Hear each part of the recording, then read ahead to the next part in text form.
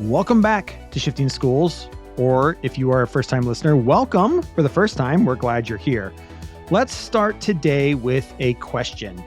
Have you found yourself wondering just how tech can truly enhance language learning and empower your multi-language learners? Well, today's guest, Brent Warner, might give you that one idea that you need to spark the use of generative AI with your language learners. Today, we dive into the game-changing world of Gen AI and how it's helping English language learners engage more deeply with language, breaking down barriers that teachers and students have been up against for years. Brent explores the concept of endless practice, where learners can use AI to build vocabulary and practice language skills without the wait for class time, enhancing both engagement and retention. We'll also discuss the art of prompt engineering and how teachers can guide students to take charge of their learning, crafting questions that give them meaningful, real-time feedback. Brent even shares insight from his work on AI action plans, showing us the potential for AI not just in the classroom, but in shaping more inclusive, supportive educational environments. Our guest today, Brent Warner, is an award-winning community college professor specializing in tech-forward language learning. He co-hosts the DIESOL Podcast, where he discusses innovations in ESOL, and he's also a dedicated TESOL International blogger. Brent's mission is all about helping students and teachers leverage technology to communicate better and bridge educational gaps. Now, before we turn it over to Brent, here is a quick word from today's show sponsors.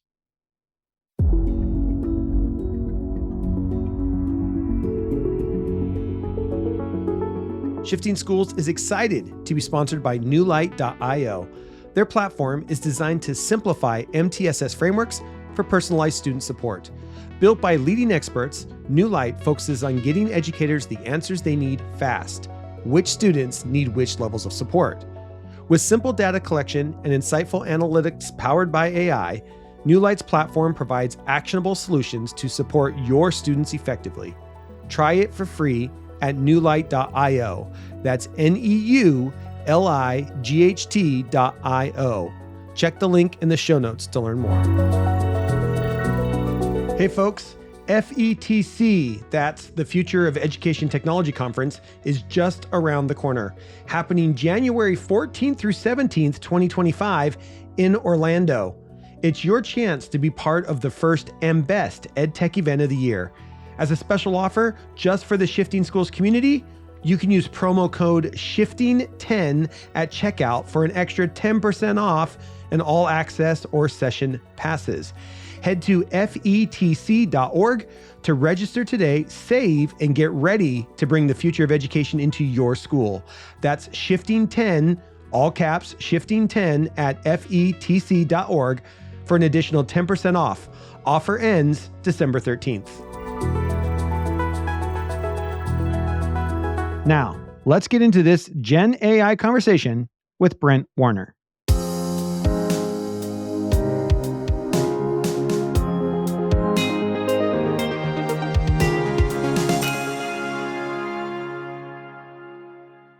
All right, welcome back to the Shifting Schools podcast. I'm so pumped today to be here with Brent Warner, mostly because Trisha and I stalk him over on LinkedIn. And if you're a LinkedIn user, by the end of today's conversation, you're going to want to go send a friend request. Poor Brent, you're going to be inundated with friend requests I'll take it after this. But the stuff you're sharing over on LinkedIn is pretty incredible. You've got a new book coming out. You're also the co-host of the DIESOL Podcast. And you're a professor at a community college. And much like all of us, you got your hands in a lot of different things. But as a professor, when it comes to this intersection of AI and education, your big focus is multilingual learner. What excites you most about just where we are with this idea of multilanguage learners, AI, education? Where are you at right now with all this? I think the thing that gets me the most excited is the possibility for students to take more control over their learning. So when we're talking about multilingual learners coming in at our program, it's still called an ESL program. So we've got the students coming in, and I'm based in Southern California, and even here we get students coming from all over the world to come to the community college and prep their English so that they can go to university, or we've got our adult ed programs. But I always ask my students, I'm like, how much time are you speaking English outside of the classroom? And the answer is like none, or like very little, even though they're in America. And it's okay when I go to Starbucks or when I go wherever, but they're tied in with their families and their communities, which totally makes sense. So it's something that happens regularly, but the students all want more opportunity to speak, all want more opportunity to practice. And so if my class is twice a week, that's Tuesdays and Thursdays, then if they have a question for me on Thursday afternoon, then they're going to Friday, Saturday, Sunday, Monday, and then back to Tuesday. It's 5 more days until they get a chance to talk to someone again. And so now I'm sitting here going, this AI stuff lets them have an endless partner to practice with, whether they're using, so I've been playing with the voice options or just the typing options, but they can keep practicing things and not necessarily have to wait for the quote unquote professional teacher just to get some feedback on something. We know research clearly shows the faster you get feedback on something, the more likely you are to hold that in, to keep the learning for longer, and the ability for students to instantly get that feedback, have an opportunity to produce more language. That to me is a really exciting aspect of what the AI can do. Yeah. I love that. And you had a blog post over at the TESOL.org website, and we'll make sure there's links to it in the show notes, where you talked about using AI to build vocabulary and these 3 different approaches. Can you talk through that, this idea of broad prompting and some of these prompting techniques that you're teaching some of your ESL kids? Yeah, for sure. So there's definitely lots of different ways to play with these things, right? So for the vocabulary conversation, right, I do have this kind of idea. It's just out there, but if you put in a prompt, I think we'll. And you have this, so it'll be in the show notes so people can copy this later, but I'll explain it through, which is you could start with a prompt that says something along the lines of, I'm an intermediate ESL student trying to learn new words. I'm going to provide you with a list of vocabulary words. Please quiz me until I show an understanding of 80% of the words. And then you follow up with that so you can have a second part. I said, make sure that I understand 80% of the words on the list, not 80% of the questions you ask, right? Yeah. The fine tuning that you got to get with the AI stuff. And then please continue until I'm successful or until I close the chat.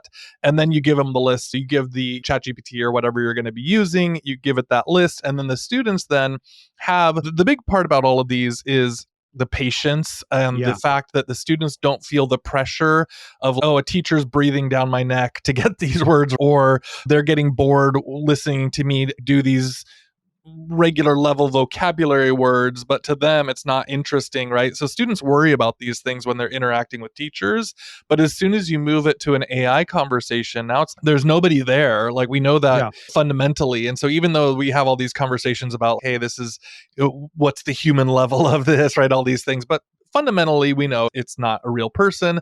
And so that endless patience and that endless ability to keep working with something without the frustration of someone else hovering over you. This is why I'll talk in presentations about the Mario effect. If you go back to the old day of playing Super Mario Brothers and trying to jump to the top of that flagpole, it's like you would do that 100 times, really just trying to get it. And as kids, like if you're my age roughly, you remember resetting the game just to get, on level 1-1, right? You'd be, I'm going to jump again. I need to get that highest score. And then you do these things because you're intrinsically motivated to get that thing that you want. And so for students, when they're doing it this way, they're not getting the pressure of some outside source saying you're not good enough, or even if it's like hidden and under the surface, or just like the boredom of a teacher looking at their watch or checking their phone or whatever else happens. So true. All of that stuff's gone. And so now we just have the opportunity to focus on the learning.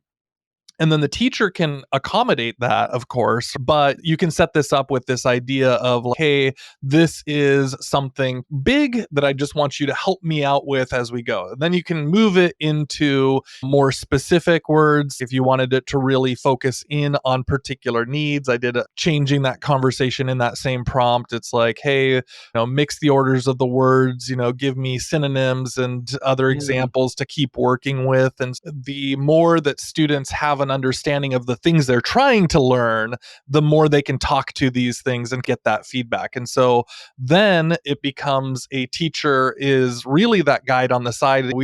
Many of us who love the PD world, right? For years we've been doing that guide on the side versus sage on the stage conversation. But now you can go, I can really be guide on the side and just show you how to interact with these things, and then use that for your own leverage and use however you think is appropriate. And so being able to hand off that responsibility to the students is a big deal to me too. And how much time in your class are you having to spend? What's your class structure look like when you are teaching kids these prompt engineering skills? Are you spending a lot of time now looking at teaching them to prompt engineer? Are you doing I call them starter prompts, where you've basically created the outline of the prompt and then they have to fill in they have to copy and paste their list over. They have to customize it and personalize it for them. How are you teaching these skills with your students? Yeah, you can do all of those. So definitely start with just cut and paste and just start talking to it, because they will want to get them started with just feeling comfortable with interacting with these things. And you don't have to do anything up on your side, just go. So that's where it starts. And then depending on your goals, you can actually build a lot of these conversations into language learning opportunities, right? So you could say, you can start teaching students sentence stems, for example, right? Can you make this blank, right? And then that blank becomes a comparative adjective, easier, right? Whatever it is, right? And so depending if they're really more beginner levels, you start with simple sentence stems. If they're more advanced students, you can start talking to them about the language skills that they want to get.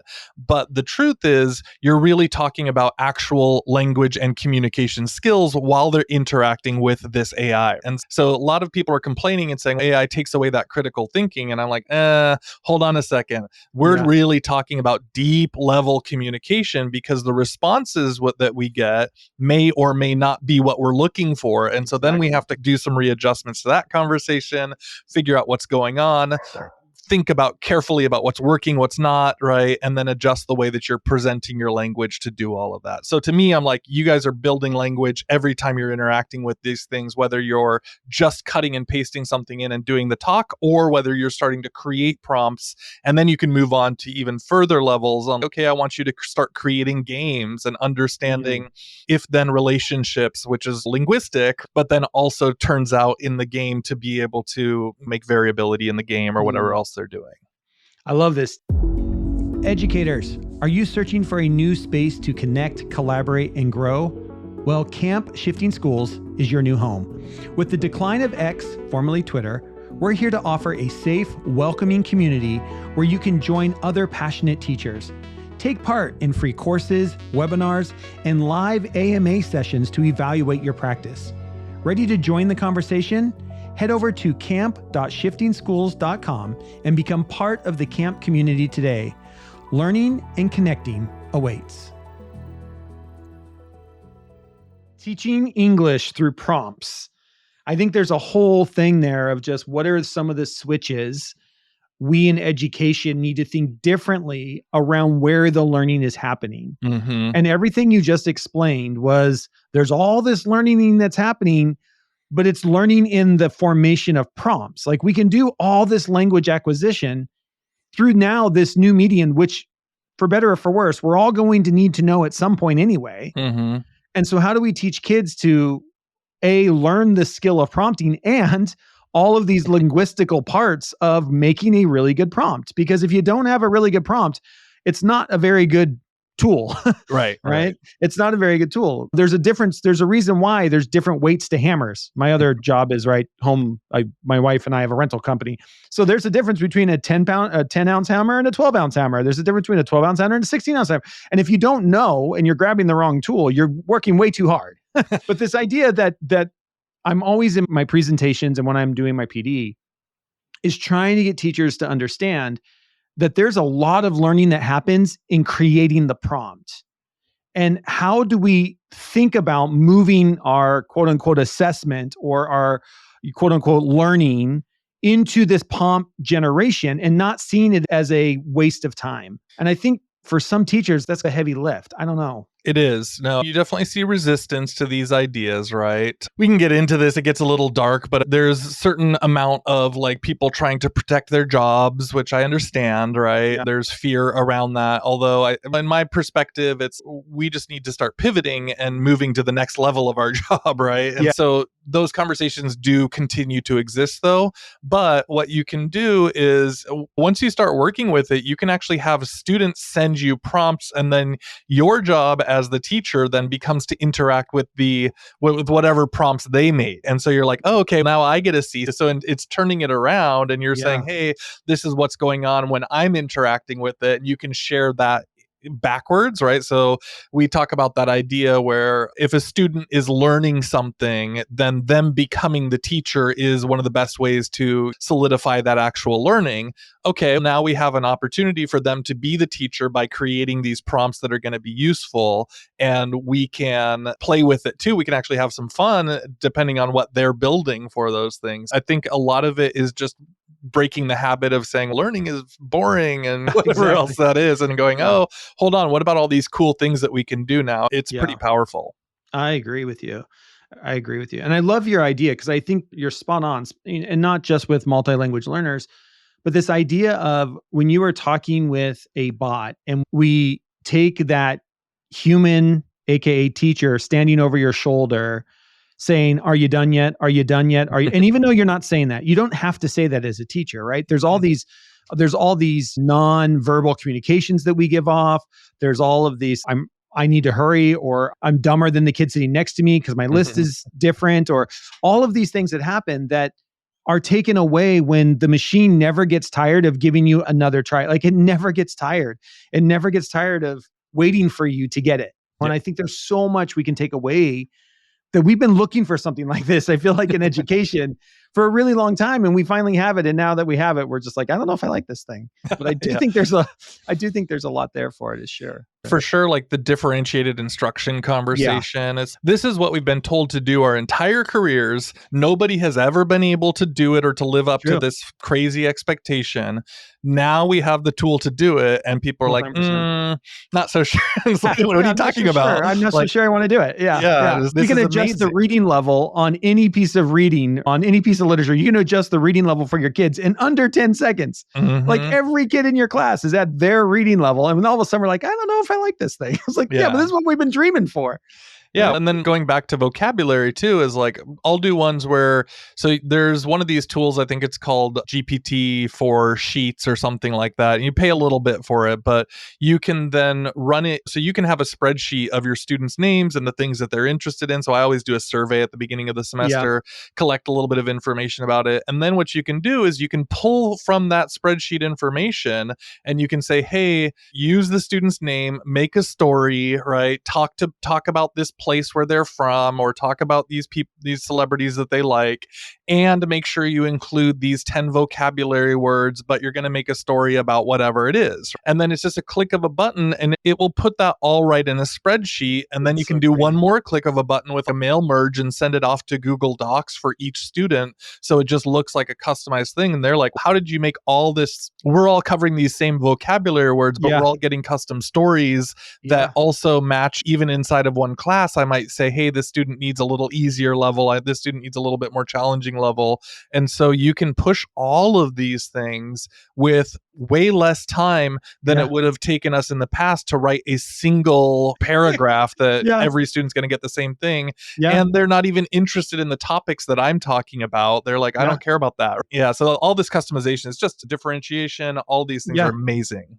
And then now that puts you, again, being the guide on the side, because now you're walking around the classroom supporting each individual student as they're going through their individual learning, because you were able to set it up that way. And it's not you sitting at the top talking about whatever interests you, what might not interest them. Like they're going through it with theirs as well, which again, there's so many ways when you go down that rabbit hole, and there's so many different ways that I think we can and I call those like the small pivots. Like those are small things that can make a massive difference that we've been asking for in education for a long For time. sure, But, for sure. I will say one, there is a complaint about it though, which is when you print out or when you get these different stories, now you don't know where the vocabulary words are in everyone. So you're like, you have to go back I and knew it read was on the yourself. first line, but now it's on the 10th line or whatever else it is. So you have to do a little bit more paying attention when you're giving feedback to your students. Yeah. You know what? There's give and take in everything. Yeah, So yeah. there's give and take in everything. Yeah. Worth it for me. Well, yeah. Your campus is part of the American Association of Colleges and Universities Institute on AI, pedagogy, and the curriculum.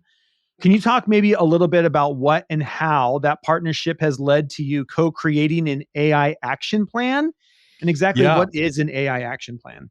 I think that's different for every campus. I think there's something like 134 colleges and universities, from community colleges, privates, and some of the big name universities. There's people coming and representing all across. But what they're doing, they put us into these cohorts, right? So we're paired up with the different groups of schools, whether their teams be quite small and trying to advocate because the school doesn't have a lot of buy-in, or whether their teams be larger and really helping shape everything.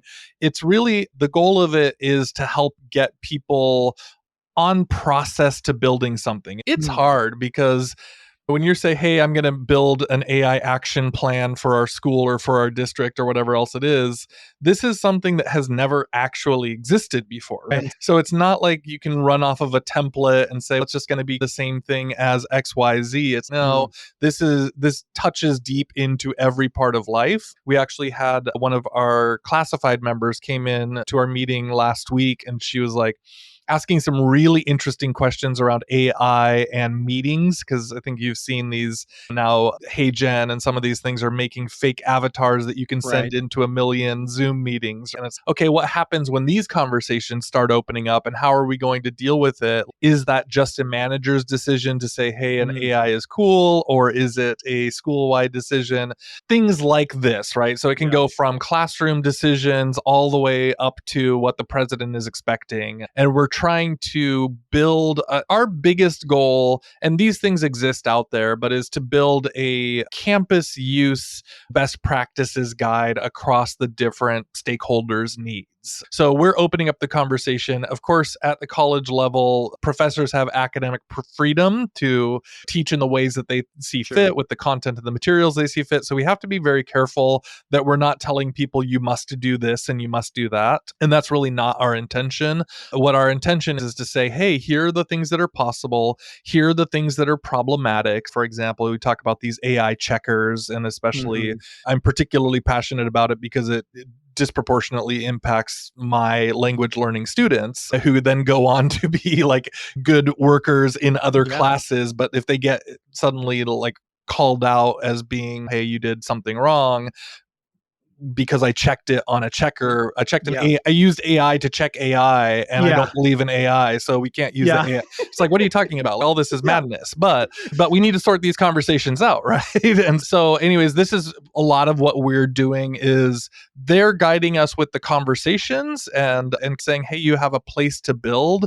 And then what we're doing on the local level is figuring out what that building looks like and needs to be for our purposes. So I like that flexibility in it, which is that it gives us the freedom to say, hey, we don't have to do what Stanford's doing or UCLA is doing. We can do the things that our teachers are seeing need for, that our staff members are seeing need for, and then address and respond to those. And we're doing like building a living document, because this stuff moves way too fast to say, hey, these are going to be the rules forever.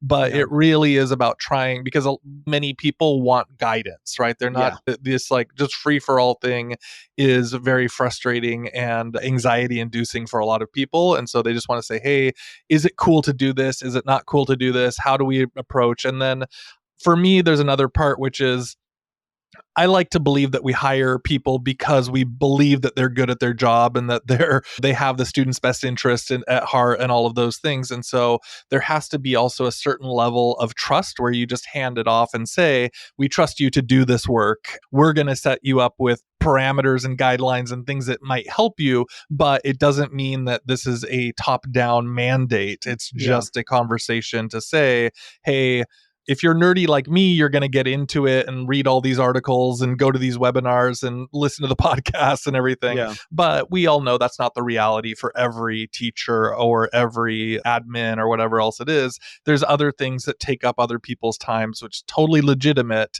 And so how do you then bring that conversation to busy people on your own campus? And that's what we're working on. Yeah. And I agree with you. I think we're just looking for a lot of guidance. People want guidance. They want guidance documents. That's a lot of the work I've been doing, is helping states to create those guidance documents for K-12 schools. And as you think about this, and again, our audience being K-12, are you starting to see through the creation of these action plans and stuff, are we getting to a place that we are assuming kids are coming in with some AI background? Or do you think we're going to get to a place where we assume when students know how to write, that includes leveraging AI in appropriate and ethical ways? Yeah, I think we're going to see this more and more. I don't know that I'm ready. I'm expecting to see it quite yet. Okay. We're just hitting the 2-year mark since ChatGPT came out and everything. And so there's an interesting balance, which is we had interviewed students leaving the school and they complained that they didn't get AI training, right? Yeah. So as they're moving into either jobs out of community college or moving into university, and it wasn't like a mean complaints, but the way students talked about it is, I need these things and we're saying that we're prepared for the world, but what's going on? So the reality of the bureaucracy of even a community college is it takes a couple of years to get courses and trainings and certificates and all these things made. So one, we're seeing students leaving with wanting these skills already. So we're saying, okay, how do we match to that? When they're coming in, we're also starting to see some of these conversations. I'm not 100% sure yet, but my expectation, and this might be a little too pie in the sky, but my expectation is over the next 10 years, as this stuff becomes fully incorporated and not a novelty, but just a part of the regular process, is that then we are really going to start having conversations around why students are getting an education, right? And what is valuable to them when they come to college or when they graduate high school or all of these things. Because if it's just knowing stuff, that's not valuable to people anymore, right? If it's a question of, I understand how to problem solve and I am flexible in my thinking and I can approach different ideas, those are the things that I'm going to start paying attention to students coming in. And I really think we're also going to start seeing a conversation around what is learning and how are we showing our learning through this stuff too, because we are seeing a lot of complaints of teachers saying, hey, kids are just using AI and uploading their assignments. And part of that conversation as well, what's happening in the class that makes them feel that they need to cheat at whatever level. And it's not only in the class, right? We know that the reasons that students cheat is because they are stressed out from usually outside factors, right? High pressure from parents. I've got a part-time job or a full-time job that I have to do, or someone in my family has health problems, or I have health problems, and all of these things limit my time. And those are the things that end up leading to cheating conversations. But if we start talking about a bigger conversation around really shifting what the purpose of education is and saying, hey, the reason I'm here is to learn. It's not to just have information, but it's to learn and to build my thinking processes. And then we start saying, how is education accommodating that?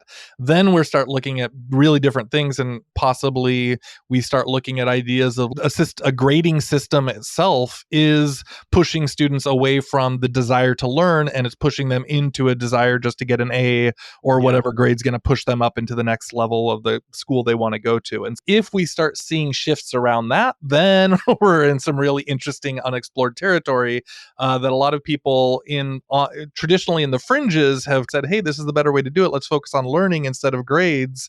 But those conversations, even lots of well-meaning people, get ignored, right? Because it's so much easier just to give a grade.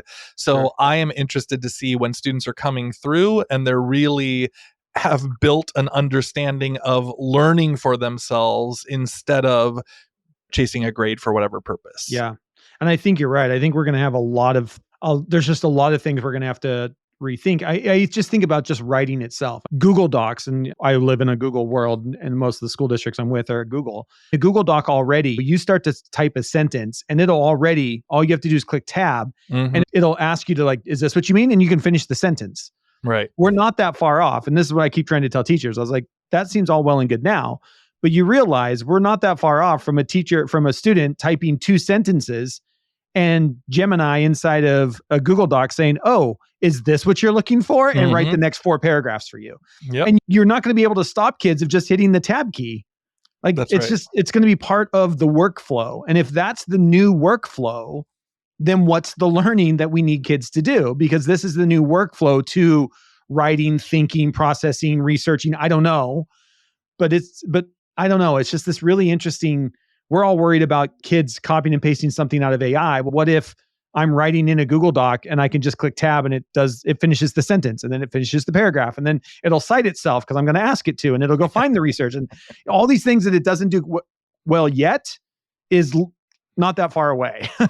You know? And I would even say it does do it well. It's just that we don't all have access to a lot of those things or these parts. And so it's already here. It's upon us. And it's just a question of like, when are students going to recognize that it's already there for them? When are teachers going to recognize that it's already happening? And then there are many people that are trying to figure these answers out, but it's moving faster than many of us can. It's hard for me to keep up. And I love this stuff. So yeah, you and I are in it every single day. And it's just every day I'm like, how did I not know about? People will come to me and say, did you hear about this tool? I'm like, no, I probably have not heard of half the tools out there because I can only learn about half the tools that are out there. These things keep going. Yeah, it's a lot. So good. Hi, folks. We'll get back to our conversation in just a moment. I want to talk a bit more about newlight.io, the AI FERPA compliant, that's our federal guidelines around privacy of student data, platform making personalized student support a breeze. You know, student privacy is huge in our schools, and New Light is big on privacy as well. It was one of the first questions I asked the co-founder, Jose, about. There are a few AI systems out there that meet the requirements to being FERPA compliant, and New Light does just that.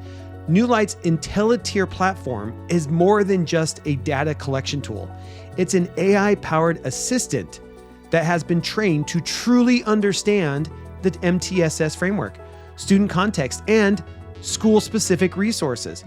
Developed by a team with both social, emotional, and behavioral needs in mind, and with plans to extend into academic support soon. Studies show effective MTSS and SEL implementations can boost attendance, improve grades, and increase graduation rates. Yet many schools struggle with the complexities of gathering data and turning that data into actionable items within the MTSS process. New Light's IntelliTier platform makes it easy with simple, fast data collection, asynchronous collaboration across the MTSS team, and actionable insight that educators can implement and document their success with. Plus, New Light is advised by seasoned educators and administrators, so they understand your everyday classroom challenges. You have to try it out for yourself. So head over to newlight.io to give it a try for free. That's NEULIGHT.io. Thank you to New Light for taking this on, and a proud sponsor of the Shifting Schools community. Oh, I'm excited about our third question. And you're always sharing, again, you're always sharing great things over at LinkedIn. And I do need to put it on the record that Trisha does LinkedIn stalk you. So she wanted to make sure I made that into the thing. You share such great stuff, and you're so thoughtful with the stuff that you publish over on LinkedIn. And we'll make sure there's a link to your LinkedIn in the show notes. But you had this great post recently that you did about a month ago around some work you were doing with redesigning rubrics or converting rubrics. And it's one place that I like to do a lot of thoughts with teachers around, okay, in the world of AI, we're going to have to assess differently. And part of that assessment is rethinking your rubrics. Can you talk through this post for us? And again, we'll make sure we have a direct link to this post, but I would love for you to talk through this post on what are you considering? How is this working for your students in the classroom? Yeah. So a couple of years ago, we did a summer PD thing with some of our colleagues around Joe Feldman's book, Grading for Equity, which is wonderful if you haven't read it. Really, definitely worth your time. I've done lots of sessions on just the concepts of switching to a more equitable grading strategy, but his ideas are really wonderful. And before that, several years ago, I had a fairly actually a quite detailed rubric for a lot of assignments. So you would get like on a writing assignment, I teach an academic writing class, would be like, hey, it's a 100-point assignment and you're getting 15 points for your grammar, but you're going to 5 of those points are going to be to show the past tense. And then you're going to get 1 point for having a good title and like all these little things, right? Tiny little details you're going on and on. And I started to realize that like when you're really fine tuning on those, there's a part where you say, hey, that's working like a checklist, but it's not actually equitable grading because there's a lot of biases and other problems that come in with these types of conversations. So I started to say, what if I switched to one of Joe Feldman's structures here with basically the 4-point, right? You're in your developing, building, I can't remember what the language is, mastering and proficiency. And so you go through these different stages. And I said, let's see if I could rebuild this 100-point rubric with crazy tons of details and see what happens if I put it in here. And so that's basically what I did is I said something along the lines of, I'd like to reconstruct this prompt into a 4-point scale. It should be beginning, developing, proficiency, mastery, whatever it was. I wrote it out, all the details, and this is on the link too. But and then I want these 4 criteria of content, organization, language, grammar, drafting, and format and title. And then I uploaded my previous rubric together with it. Boom. It was like a matter of seconds and it built out this whole new rubric. And I was like, I went through it. Of course, we're responsible for checking the quality of those things. I'm like, yeah, this is exactly what I wanted. And it would have taken me an hour to figure this out and to go, hey, which details need to go in this lane? Which one needs to go into that one? I made a couple of tiny adjustments. And then I followed it up with saying, hey, I need this to be formatted basically for a Google assignment. And it readjusted that. And then it put it out for me so that I could just download it as a spreadsheet and upload it right into my Google assignments that we use. So I didn't even have to do the steps of typing it in one at a time. It was just, it was the first prompt makes it, the second prompt organizes it, and then it was a click and an upload into it. And so then my students are like, okay, great. I am now focusing on building these bigger scales and showing that I have an understanding of these things. And they're not as stressed by, oh, did I remember to do every single thing inside of here and whatever else it is. Now they're getting a holistic sense of like how they're doing. And I have different submission systems to make it work for them so they can resubmit or whatever. But yeah, it was great. And then I'm like, okay, I've got a bunch of older rubrics that I really need to adjust. And so then you can just go through one at a time. And again, then it makes you sit and reflect on the quality of your rubric, and which is something we should do more often and say, hey, is this communicating our ideas clearly, the needs for the students? We have a tendency to have built something and then just trust it forever. But it's like, no, we need to come back to these things. And so again, that interaction with it gave me the chance to revisit it and see if it's what I'm looking for my students now. Yeah. That's so good. And I think to your point of allowing us to even reflect on our rubrics. And I think as AI continues to advance, and our students we're going to have guidance. I've got school districts now that are starting to roll this out with students. We're going to have to be looking at our rubrics and reassess what is on that rubric and what might we need to add, or what's no longer needed because we're in the world of generative AI. One of the things that I've been talking to teachers about adding on the rubric is just, especially right now, because we're only 2 years in, and I don't think you're going to need it forever, but this idea of just transparent use of AI. If you're using AI somewhere in your assignment, whether it's a massive research project or it's something for social studies or whatever it might be, can you just be transparent about your use? It's not that I don't want you to use AI. I just need to know where you used it. And so this idea of just being transparent, and that goes for me as a teacher as well, to be able to come back to my students and say, I'm transparent in my use, that I used AI to support me in making this lesson today. When I want you to know and give me feedback, did this work better? Because I was able to put in there, all my kids love the latest Taylor Swift. Can you somehow make analogies around Taylor Swift that support me in teaching my kids? And getting feedback from them too, of I'm trying to leverage this tool to be a better teacher for you. Right. I just expect you to be transparent in your use to say, hey, yeah, I did this research and you know what? These 2 paragraphs, they were spot on golden. And so, yeah, I leveraged AI and it just said it better than I could. And I don't know what to tell you, teacher. They just said it really well, which is usually how I end up using it. I usually end up just, I can't say it any better than that. I don't know what to do. That is literally what I'm trying to say. I'm sorry that AI came up with it before I did, but I 100% agree with it. It's going to go in the article or whatever it happens to be. And that I think puts us back into that idea of being human centered, right? The idea of we want to make sure that we and our human capabilities are at the center of using this. And if we know that kids are going to use it, if we know we've all got access to this, then just be transparent. And that doesn't mean you have to use it, but if you're going to, just be transparent in your use.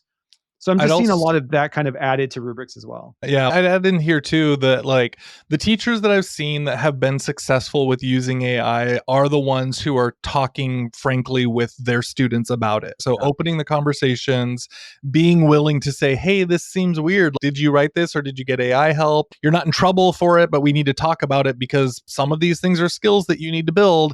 And some of these things are, do you think this is busy work? Right? And if you think it's busy work, then how do we have that conversation?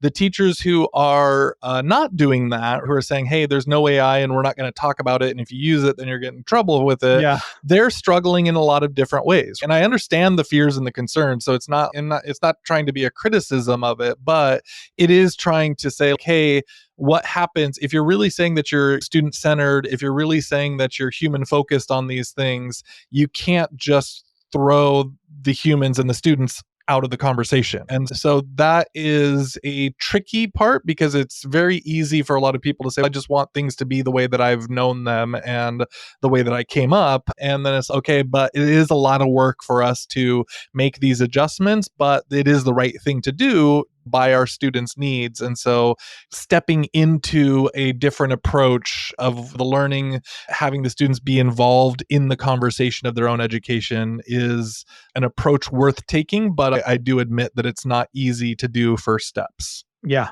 for sure. 100%. Let's talk a little bit as we get ready to wrap up here. You've got a book coming out through ISTE. Mm-hmm. Congratulations on that. Can you talk a little bit about the book?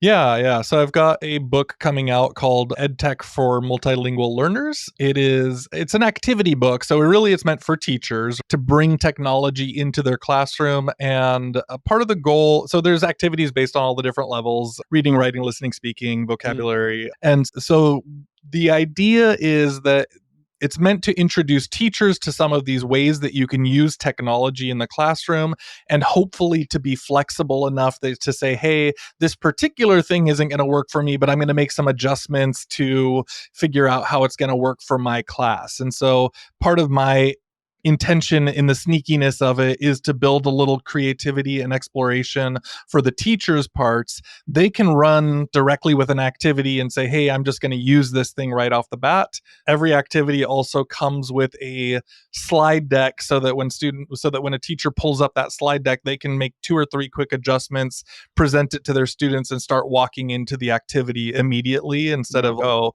so it's meant to take away 85% of the prep work for these activities. But then you start to see, I got to be clear, you don't need technology for every single activity that you do. And so I try to be clear about that in the book, but to say, if you start taking 1 or 2 of these things and it saves you an hour in a semester or 2 hours for 2 activities, like that's hopefully a good value benefit for everybody. And then hopefully also that it makes their classes a little bit more modern and engaging for their students, where it's, hey, I want to use this technology, or hey, I want to try something that is more interactive and less what's the right way to say it? Worksheet based. And so, that's the goal of the book. And it should be coming out in spring. We're in final edits right now and design process. So it'll definitely be out before ISTE 25. But I'm excited about it. Awesome. Very cool. And we'll have a link in the show notes, right? You're going to share a link where people can sign up. Yes, I have so right now it doesn't exist on the ISTE website because it's still being built and everything. They haven't chosen the official release date, but I have a website, or I have a sign up, a mailing list at brentgwarner.com/book. And you can sign up for my mailing list and I'll give out freebies and we'll do like a book launch stuff where we'll have like webinars and fun stuff that'll come out as we step in, maybe extra chapters, all that type of stuff. Very cool. Very cool. We'll make sure it links over there as well. I just pulled it up, so we'll make sure that links over there. Perfect. And link to your website and everything else. Appreciate you and appreciate all you're doing, Brent. Really do. Again, we'll make sure there's a link to your LinkedIn. Is there any other place that people should go to get all the latest that you're sharing? Or is LinkedIn? LinkedIn seems to be the place right now, right? Like moved away from Twitter and it just, but LinkedIn seems to be the place at the moment. And it's interesting how the community finds itself, right? Yeah, I'm on some of these other ones, but I just don't use them as much. I haven't gotten hooked in the way that I have on LinkedIn. And so you can find me on most platforms at Brent G. Warner, but LinkedIn is where I'm most active. And if you want to talk to me or ask questions, that would be the place to find me for sure. I am sad with Twitter because like my quick thoughts, like I don't feel comfortable throwing out quick thoughts on LinkedIn. I'm like, kind of have to think about what I'm doing and present it that way. But yeah, it's still great. And lots of wonderful teachers are sharing amazing stuff. So I'm pretty happy to be there. Yeah. I agree. I think we're all mourning the loss a little bit of Twitter at this point. It just isn't what it used to be. No. But LinkedIn does seem to be where people are going. So if you are used to using LinkedIn as just a place to have your professional profile, it has moved beyond that now. And there's just people create really amazing stuff. People are sharing over there, almost like a blog post. Like I'm over there instead of on my blog. Like place where I kind of blog now, right? There's longer form kind of stuff. And it's not going to replace Twitter, but that's okay. It's a great conversation over there. So I do encourage those of you who are looking for this to get on LinkedIn. There's just amazing stuff being shared, including by Brent. Hey, appreciate you taking time out of your busy schedule. Thank you. Have your own podcast, the DIESOL Podcast, focused on innovation in ESOL. So please go over and subscribe to that. We'll make sure there's a link to that in the show notes as well. If you're a podcast listener, it's always great to add other great podcasts to your listening library. So Brent, thank you so much for taking time. Really appreciate it. Yeah, thanks so much.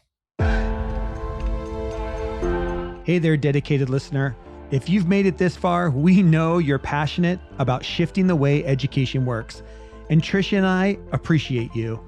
If you loved what you heard today, we'd be so grateful if you could take a moment to rate and review Shifting Schools wherever you listen to podcasts. Those ratings help us reach even more educators just like you. And if you know someone who could benefit from these conversations, please share this episode with them. Just one person. Think of the impact we can make together. Don't forget to sign up for our newsletter for even more great content. And if you haven't already, join us at Camp Shifting Schools, where the conversations keep going long after the podcasts end. Thank you for being a part of this journey, and thank you for being part of Shifting Schools.